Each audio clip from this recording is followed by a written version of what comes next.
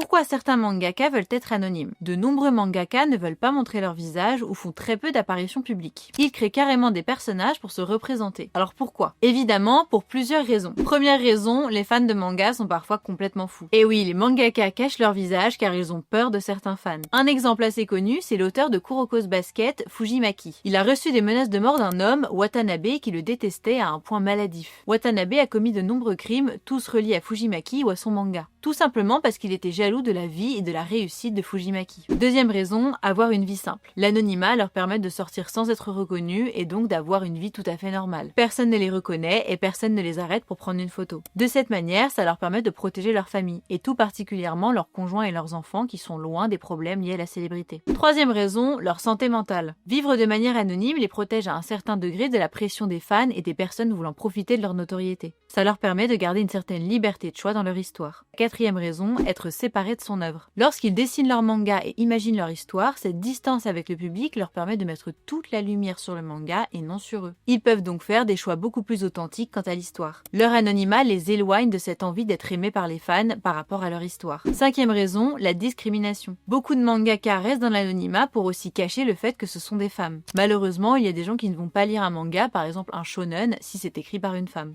L'anonymat, c'est aussi un atout pour les maisons d'édition qui n'ont pas besoin de dépenser trop d'argent pour l'image du mangaka. Elles peuvent donc se focaliser entièrement sur le manga. Mais surtout, quand je vois la réaction de beaucoup de fans sur les choix de Gege Akutami dans Jujutsu Kaisen, je pense que c'est très bien qu'il reste anonyme.